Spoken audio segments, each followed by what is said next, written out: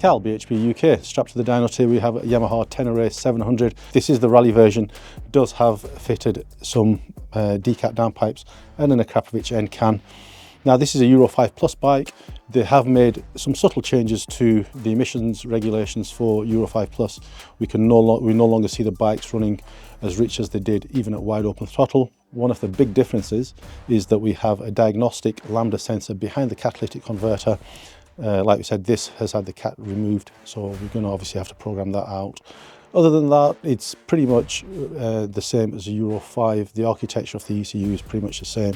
So it shouldn't be a huge task. I might be jinxing the whole day there by saying that, but let's get it run up on the dyno. Let's see how Yamaha have set it up. Let's get it tuned up to run absolutely perfectly.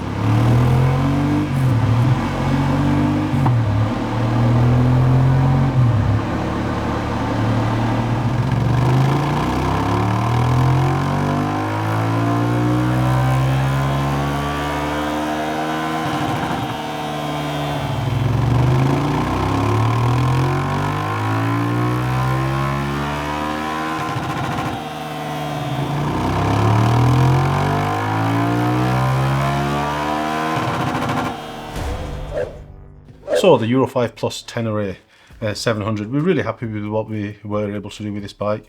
Essentially the same sort of architecture that you find in the Euro 5 ECU. However, obviously they have to change it because it's got the diagnostic lambda sensor behind the catalytic converter. All the lambda sensors were left connected.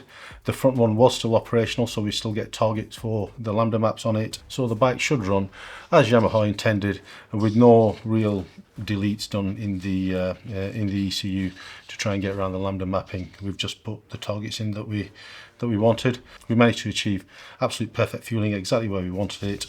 At 100%, we went up from 67 brake horsepower at the back wheel to just short of 71. That's obviously not really where the biggest gains are. This is an off-road bike. The customer was looking for it to ride really well off-road, so he could just liven up the throttle, get the wheel up whenever he wanted. This bike is used for genuine off-roading, and that's what we wrote the map for. Biggest improvements that we needed were going to come below 50% throttle openings, and this is what we aim to do. You can see here at 50% the fueling now is absolutely perfect. On the stock bike the fueling is a little bit lean everywhere, but between 4 and 6,500 RPM you get this great big huge lean spot, and it really does show on the plot. You can see that now we've got to pretty much 13.2 everywhere along the rev range. You can see between 4 and 7,000 RPM the small concave section on the standard plot on the blue line has been eliminated. We've now got a nice smooth parabola all the way through. 25% is where the biggest gains come. You can see the stock bike was running very, very lean, even leaner than Lambda 1.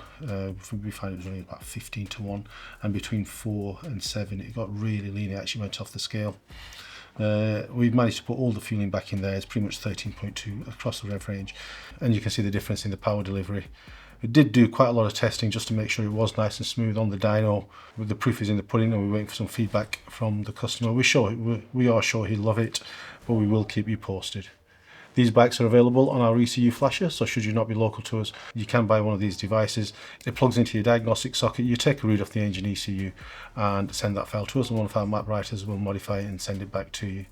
Please do hit the like, subscribe and the bell icon. It really does help us out, and it keeps you notified of any new projects we've got in the pipeline.